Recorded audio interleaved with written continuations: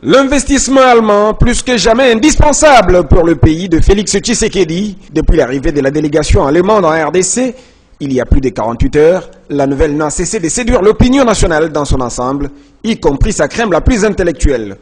Le professeur en économie de développement qui s'est fait élire président des députés de Kinshasa, Godefroid Mpuyi, dit en savoir plus sur les effets propagateurs du dit investissement sur l'économie du pays. Les statistiques à ma possession, c'est que les plus grands investissements que nous avons eus, donc entreprise par entreprise, c'était TFM qui avait apporté 3 milliards de dollars.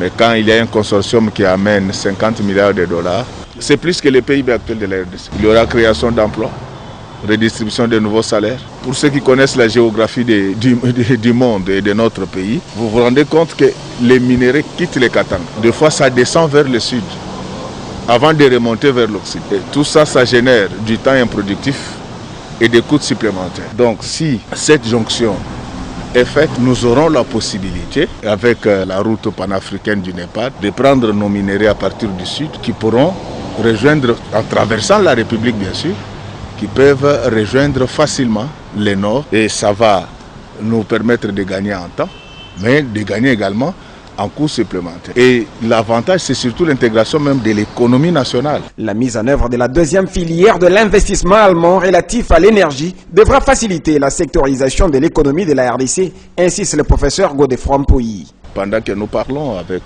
vous, les sociétés minières importent aujourd'hui l'électricité de la Zambie. C'est extrêmement grave.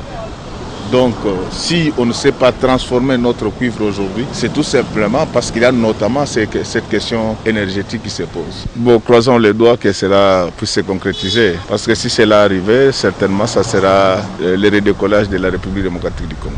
Une fois matérialisé, ce protocole d'accord entre la RDC et les sociétés allemandes sera susceptible de générer plus d'1 million d'emplois au profit des populations congolaises sur l'étendue du territoire national.